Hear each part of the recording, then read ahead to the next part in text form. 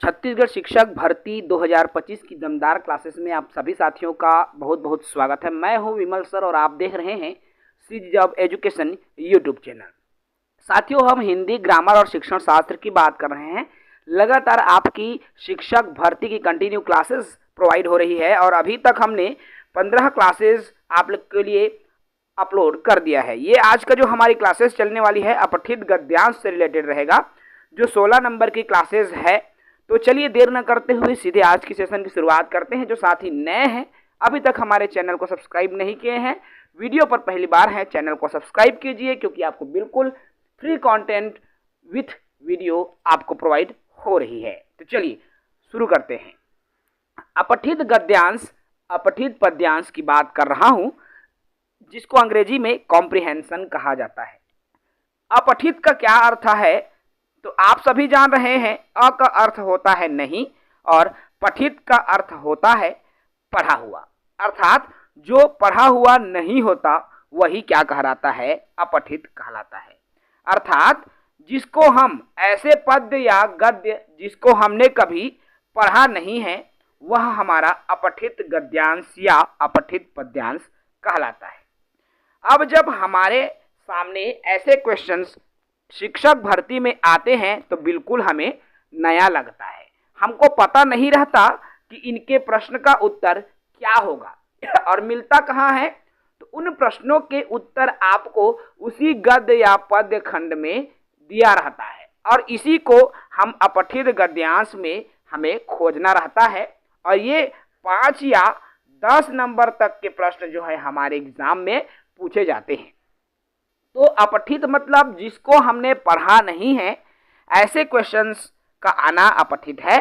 और जब अपठित गद्यांश या पद्यांश को हमको पढ़ना होता है, प्रश्नों को हल करना होता है, तो कुछ बिंदुएं हैं जिसको हमको ध्यान में रखना होगा पढ़ने के दौरान, ताकि कम समय में आप इन प्रश्नों को सॉल्व कर पाएं, इन प्रश्नों के उत्तर आप दे पाएं। तो कौन कौन सी वो जरूरी जानकारी है, जरूरी बातें हैं जो आपको अपठित गद्यांश या पद्यांश को हल करने के दौरान ध्यान देना होगा। दूसरे शब्दों में कहूं तो ये गद्यांश या पद्यांश को हल करने की विधि है। अर्थात आपको गद्य या पद्य को हल करने के दौरान इन बातों को विशेष ध्यान देना होगा। सबसे पहले प्रश्नों को एक बार पढ़ें। देखिए, जो 4 या 5 जो प्रश्न आपको दिया रहेगा उन प्रश्नों को आप पहले पढ़ेंगे और जब आप पहले प्रश्नों को पढ़ेंगे तब जितने भी प्रश्न हैं बारी बारी आपको पढ़ना है ना, पहला, दूसरा, तीसरा, चौथा।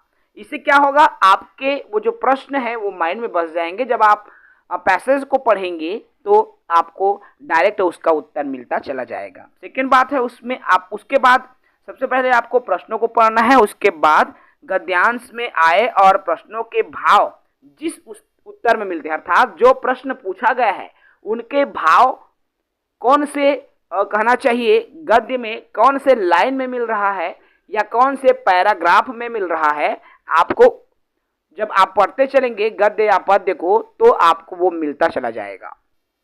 तीसरी बात जो आपको याद रखनी है, उत्तर या अवतरण पर ही आधारित होना चाहिए। देखिए, कोई भी जो उत्तर है अवतरण पर ही आधारित होना चाहिए। अपने लिए अब कई बार क्या होता है, अपने मन से कुछ और नया जोड़ने की कोशिश करते हैं, चाहे वो नया अलंकृत करने की कोशिश करते हैं, किसी वाक्य को नए शब्द जोड़ करके या मुहावरा लोकोक्तियां लगाकर। ऐसा नहीं करना है।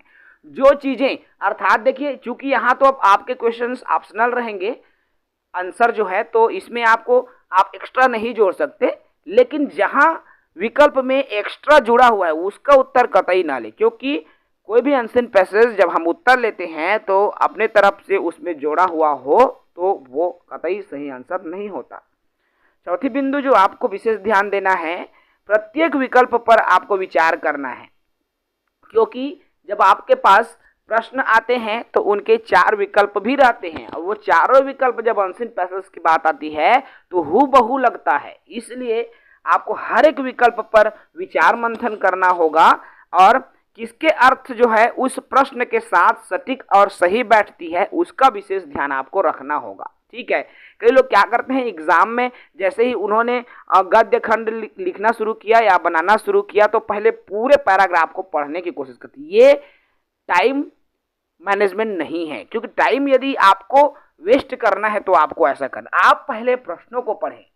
प्रश्न पढ़ने से आपके माइंड में प्रश्न छप जाएगा। जब आप पैराग्राफ पढ़ेंगे तो फिर आपको पैराग्राफ से जल्दी आंसर मिलता है, इसलिए पहले प्रश्नों को पढ़ें। कई बार ऐसा होता है पहले पैराग्राफ को पढ़ा जाता है, नहीं, लेकिन विशेष ध्यान रखें पहले प्रश्न को पढ़ना है, उसके बाद आपको पैराग्राफ की तरफ आना है, ठीक है।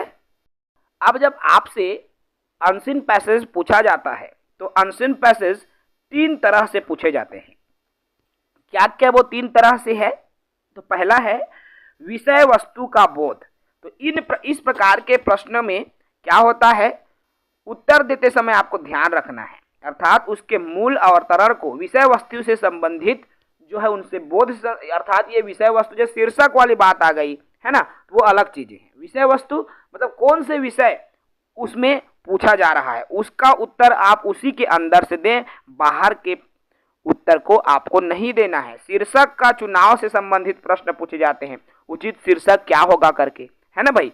तो इस तरह के प्रश्न भी आपसे पूछे जाते हैं। और भाषिक संरचना से आधारित, अर्थात इनमें मुहावरा का प्रयोग हुआ है, लोकोक्ति, या फिर कोई भी विशेषण कौन सा है, इस लाइन में विशेषण कौन सा है, क्रिया विशेषण कौन सा है, क्रिया कौन सा है, कौन सा वचन है, इस तरह से भी एक लाइन को रख दिया जाता है और उससे रिलेटेड क्वेश्चन पूछ दिया जाता है। तो इसको भी आपको ध्यान देना होगा। तो कई तरीके से प्रश्न जो है आपसे पूछे जाते हैं। चलिए कुछ गद्य खंड हैं जिसमें हम बात करेंगे ताकि आपको और कॉन्सेप्ट अच्छे से समझ में आए। देखिए एक गद्य है और ये गद्य के 4 लाइन आपको ऊपर में दिख रहा है, नीचे में कुछ प्रश्न भी आपको दिख रहे हैं। 3 प्रश्न है। देखिए उपयुक्त गद्यांश का उचित शीर्षक लिखिए। ख है देश प्रेम आलंबन क्या है, देश प्रेम का आलंबन क्या है। और ग है लोभ या राग किसके प्रति उत्पन्न हो सकता है। ये 3 प्रश्न हैं और आपके 4 लाइनों में ये 3 प्रश्नों का उत्तर छिपा हुआ है। सबसे पहले है उपयुक्त गद्यांश का उचित शीर्षक। तो देखिए देश प्रेम क्या है, प्रेम ही तो है, इस प्रेम का आलंबन क्या है। देखिए इस एक लाइन से हमको ये पता चलता है कि इस गद्यांश का उचित शीर्षक देश प्रेम है। क्या है भाई, देश प्रेम है। अब यहाँ पर जब भी आपसे प्रश्न यदि शीर्षक से रिलेटेड आएगा कि शीर्षक बताना है, याद रखना पहला या दूसरा लाइन से ही आपको इसका उत्तर मिलेगा, आपको पूरा पढ़ने की जरूरत नहीं है। पहले या दूसरे ही लाइन में उचित शीर्षक प्रश्न का उत्तर मिल जाता है। जैसे कि अभी हमने बताया गद्यांश का उचित शीर्षक एक ही लाइन में मिल गया और वो है देश प्रेम। ठीक है, अगला सवाल देखो, देश प्रेम का आलंबन क्या है। तो प्रेम ही तो है, इस प्रेम का आलंबन क्या है, देश प्रेम का आलंबन क्या है।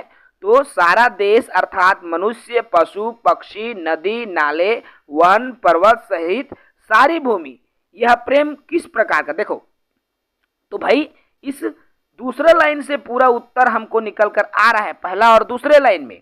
तो देश प्रेम का आशय क्या है, तो इसका आलंबन सारा देश है और सारा देश से तात्पर्य मनुष्य, पशु, पक्षी, नदी, नाला, वन, पर्वत। तो दूसरे लाइन में दूसरे प्रश्न का उत्तर हमको मिल गया।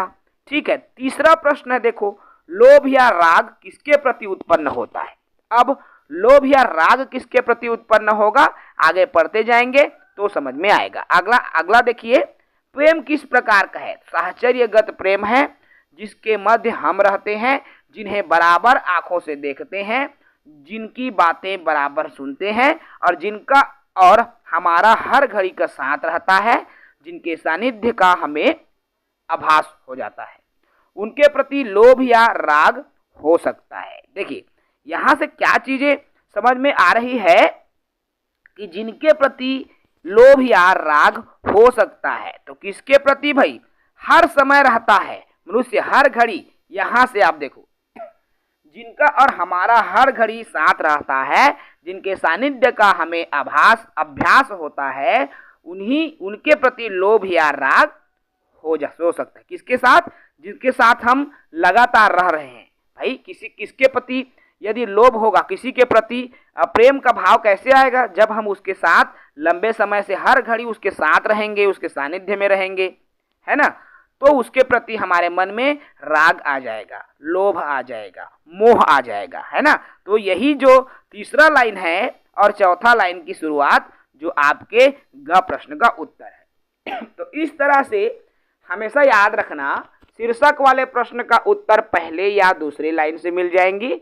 ठीक है, दूसरे प्रश्न का उत्तर आपको अगला तीसरा, चौथा, पांचवा या फिर अगले पैराग्राफ, जब बड़े क्वेश्चंस आते हैं बहुत बड़े 3-4 पैराग्राफ में, तो हर पैराग्राफ में आपको उत्तर देखने को मिलता चला जाता है। ठीक है, तो इस तरह से आपको अनसीन पैसेजेस को सॉल्व करना है। दूसरा प्रश्न भी आपको स्क्रीन पर दिख रहा है, देखिए। भारतवर्ष सदा, चलिए प्रश्नों को पहले पढ़ते हैं ना, क्योंकि हमारा नियम तो यही कहता है कि हमको प्रश्न को पहले पढ़ना है। क, प्रस्तुत गद्यांश का उचित शीर्षक। ख, धर्म भीरु किसका लाभ उठाते हैं। ग, भारतवर्ष के लोग धर्म की किन बातों को आज भी मानते हैं। तो देखिए, अब इसका उचित शीर्षक, तो उचित शीर्षक के लिए हमको 1 या 2 लाइन को देखना होगा। ठीक है, देखो, भारतवर्ष सदा कानून को धर्म के रूप में देखता है। आज एकाएक कानून और धर्म में अंतर कर दिया गया कि एक ही लाइन में उत्तर हमको बार बार कानून और धर्म बार बार आ रहा है, मतलब इसका उचित शीर्षक क्या हो जाएगा? कानून और धर्म हो जाएगा। क्लियर है? चलिए दूसरे प्रश्न देखिए, धर्म भीरु किसका लाभ उठाते हैं। अब धर्म भीरु किसका लाभ उठाएंगे भाई? अगले लाइन से हम पढ़ेंगे। ठीक है, तो देखिए यहां पर धर्म को धोखा नहीं दिया जा सकता, कानून को दिया जा सकता। यही कारण है कि लोग धर्म भीरु हैं, वे कानून की त्रुटियों से लाभ उठाने में संकोच नहीं करते। देखो भाई, कानून की त्रुटियों से, यहीं पर एक दूसरा लाइन से ही ये स्पष्ट हो जाता है, दूसरा और तीसरा लाइन से दूसरे प्रश्न का उत्तर। धर्म भीरु किसका लाभ उठाते हैं? तो कानून की त्रुटियों का लाभ उठाते हैं। ठीक है, तीसरा प्रश्न देखो, भारतवर्ष के लोग धर्म की किन बातों को आज भी मानते हैं। तो अगले लाइन से हम पढ़ना शुरू करें, उसके आगे से, तो इस बात के पर्याप्त प्रमाण खोजे जा सकते हैं कि समाज के ऊपरी वर्ग में चाहे जो भी हो रहा हो, भीतर भीतर भारतवर्ष अब भी यह अनुभव कर रहा है कि धर्म कानून से बड़ी चीज है। अब भी सेवा, ईमानदारी, सच्चाई और आध्यात्मिकता के मूल्य जो है बने हुए हैं। ये भले ही दब गए हैं लेकिन नष्ट नहीं हुए हैं। आज भी मनुष्य से प्रेम करता है और महिलाओं का सम्मान करता है, झूठ और चोरी को गलत समझता है, दूसरे को पीड़ा पहुंचाने का पाप समझता है। तो भारतवर्ष में लोग धर्म की किन बातों को आज भी मानते हैं। तो देखो भाई, बिल्कुल हमारा उत्तर कहाँ से निकला? आज भी वह मनुष्य से प्रेम करता है, महिलाओं का सम्मान करता है और झूठ और चोरी को गलत समझता है, दूसरों को पीड़ा पहुंचाने को पाप समझता है। ये जो लाइन है, ठीक है, यही लाइन तीसरे प्रश्न का उत्तर हो जाएगा। तो इस तरह से हमको प्रश्नों के उत्तर देना है। हमारे पास अनसीन पैसेजेस के जो प्रश्न आते हैं, उन प्रश्नों को हमको पहले पढ़ना है, उसके बाद हमको पैराग्राफ में जाकर उत्तर को खोजना है, तो हमको हमारा उत्तर मिल जाएगा। चलिए तीसरे प्रश्न को देख लेते हैं। तीसरा अनसीन पैसेज। तीसरा अनसीन पैसेज क्या कहता है, इसके प्रश्न को पहले पढ़ते हैं। देखो भाई, प्रश्न कहता है कि प्रस्तुत गद्यांश का उचित शीर्षक बताना है। ख कहता है मनुष्य और पशु में क्या अंतर है, और ग कहता है विवेक कर्तव्य निर्धारण में किस प्रकार सहायक होता है या सहायता होता है। तो अब सबसे पहले गद्यांश का उचित शीर्षक, यदि मनुष्य और पशु के बीच कोई अंतर है तो केवल इतना कि मनुष्य के भीतर विवेक है और पशु विवेकशील प्राणी है ना भाई, यही अंतर है दोनों के बीच में। तो मनुष्य और पशु के बीच के अंतर, तो इसका उचित शीर्षक क्या हो जाएगा। देखो यहाँ पर अब आपको कंफ्यूजन ये हो रही है एक लाइन से उत्तर नहीं मिला। पशु और मनुष्य हमको लगता है, लेकिन इसी विवेक के कारण मनुष्य को यह बोध हो रहा है क्या अच्छा है और क्या बुरा है। ठीक है, तो और इसमें शिक्षा के बारे में बताया गया है ना कि शिक्षित होता है मनुष्य, तो मनुष्य और शिक्षा यहाँ पर, और आप नीचे की ओर आएंगे, विवेक ही शिक्षा की जननी है, मतलब मनुष्य की शिक्षा के बारे में बताया गया है। तो शिक्षा और विवेक इसका क्या हो जाएगा मेरे दोस्तों, शीर्षक हो जाएगा। ठीक है, इस तरह से हमको एक या दो लाइनों से ही मिलेगा। यहाँ पर देखिए बार बार कहा गया है विवेक, और विवेक ही क्या है भाई, मनुष्य के लिए शिक्षा से निकलने वाला गुण है। ठीक है, तो चलिए इस वीडियो में इतना ही रखूंगा।